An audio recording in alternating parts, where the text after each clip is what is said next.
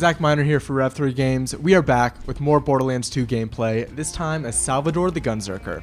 Right off the bat, you see the map interface there. You'll notice new custom waypoints. And here we are in the skill trees, 3 skill trees for Salvador, as you would expect. Gunlust, Rampage, and Brawn. Gunlust is all about, providing weapon bonuses and buffs. Rampage is about augmenting that dual-wield action ability, and then Brawn is about healing and survivability. The Berserker here is mostly invested in Rampage.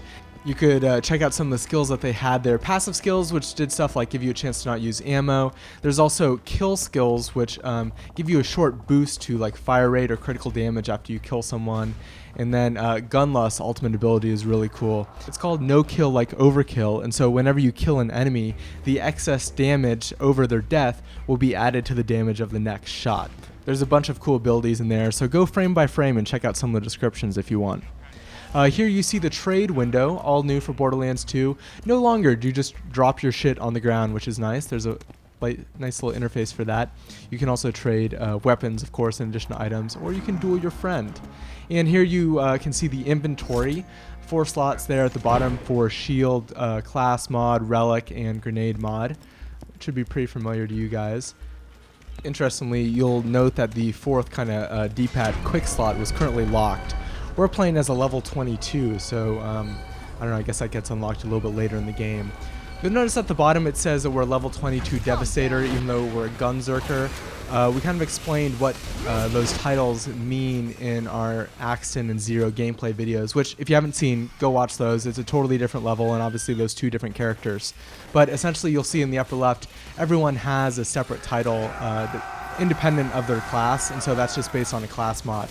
And of course, here we go into the Gunzerker's ability, the dual wield, which is simply badass.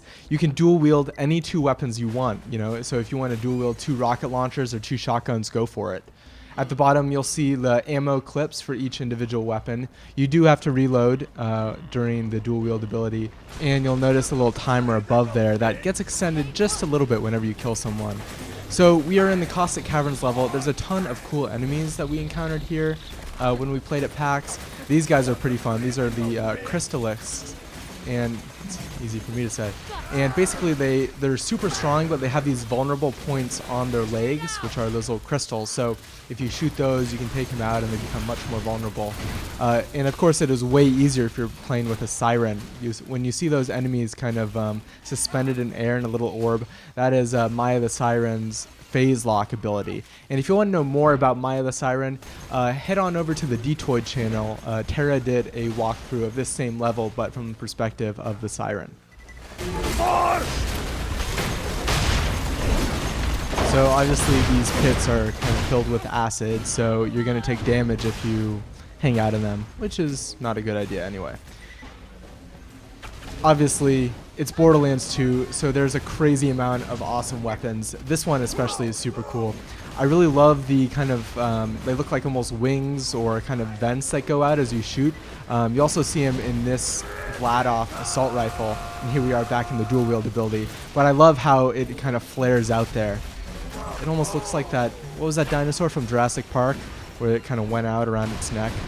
I always hated that thing, but it looks cool when it's on a rifle. I'm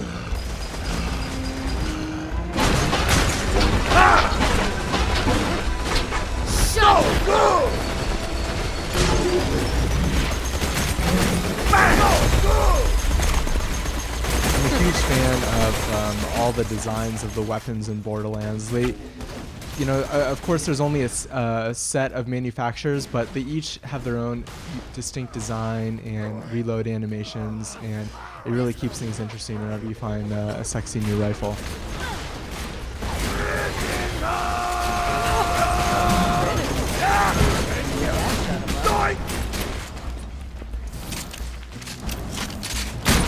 You can go up to these little guys to collect cash.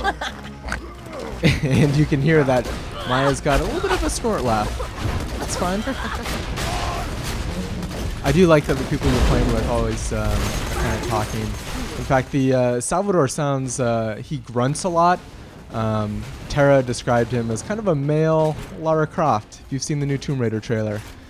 such a cool reload animation for this gun. So this is the boss, and basically our goal for this quest is to recover a safe. We don't know what's in the safe or where the safe is, but this is basically a giant chrysalisk, and he's taken out the same way. And hey, it turns out that he had the chest, so why don't we see what's inside? Oh, porn, of course. Hey there, Sugar. I see you found some fairly fleshy snapshots of me. If you give those to me instead of my third ex-husband, I'll make it worth your while. Feel free to take a peek, though. I sure don't mind. Oh, we did, Moxie. We did. So now that we've collected the photos, you can see that we have two choices in this side quest. We can either bring those pictures to Marcus or bring them to Moxie. This kind of shows off one of the new elements in the quest system where there will be times where you can kind of pick your own outcome. Now we've opened this chest that has a couple different shields, and you'll notice that we've kind of hot swapped a shield here.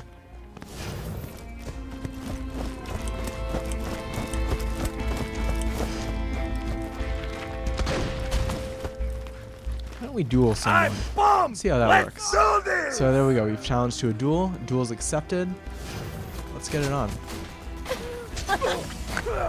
Oh man, Maya just kind of rocked the shit out of us. That was the phase lock ability that she used on us, and when it's used on a boss or obviously a player character, it would kind of suck if I just got suspended in midair for a couple seconds. So the way it works is it just causes a crap load of damage. And she won that duel.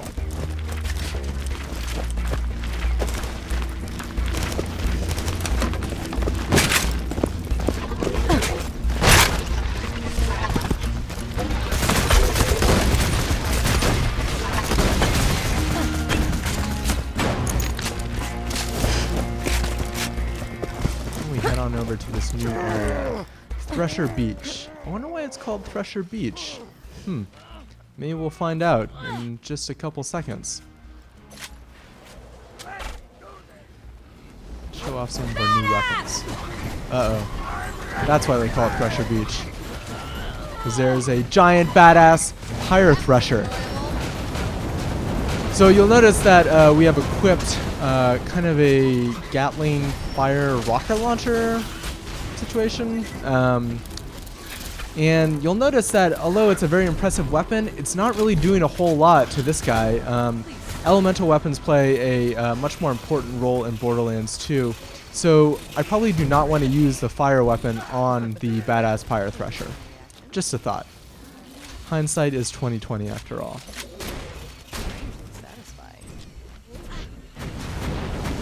These weapons or these bad guys are pretty fun to take down because they can just kind of burrow anywhere and you can kind of see where they're going to pop out, but keeps things interesting.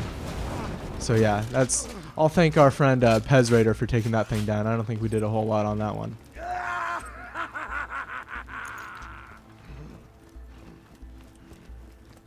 This sniper rifle looks especially cool. Looks like it does some acid damage. You can visually tell what kind of damage the weapons do. Oh, here's some more guys. A couple nice criticals there.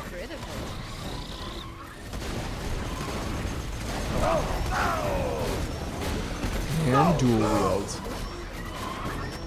I played a fair amount as Salvador at PAX, and the dual wielding is really fun, especially when you figure out like some crazy weapon combinations. It can really mix things up.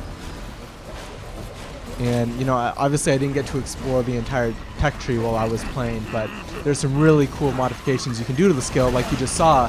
While you're dual wielding, if you throw grenades, there's a skill that actually allows you to throw 2 grenades at the same time, and it doesn't take up more than 1 grenade from your inventory, which is pretty neat. Again, it looks like we're doing something, but those are all resists that are popping up on the bad guy. As the old mantra goes, size is not everything, whether it be weapons or even people, I guess, for Salvador. He's a short little dude, but he packs a punch. So this is a really cool environment. I mean, as you've seen in our gameplay demos, there's a ton of new and varied environments in Borderlands 2 that really kind of liven up the gameplay. These guys are a pain in the ass. These little larva car kids. So in case you couldn't tell, I have loved what I've been able to play of Borderlands 2 so far. It is an improvement on Borderlands 1 in essentially every way imaginable. And although it's great to play these levels and all the different characters at events like PAX and E3, you know, Borderlands 2 is a game that you just want to cancel all your plans for the weekend and just play the hell out of it. So these have been nice little teases, but you know, Borderlands 2 is all about, you know, finding your class, finding your character and building that up and just, you know, playing with friends. So I cannot wait to do that. You know, as I've said, if you have not checked out our walkthroughs for Zero and Axton on the opportunity level, go watch those. Zero is right here on Rev3 Games, and Axton is over on the Detoid channel.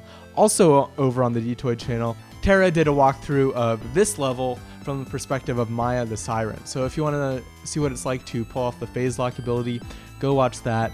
And if you guys have any questions about the game, let us know in the chat, and we will see you guys next time.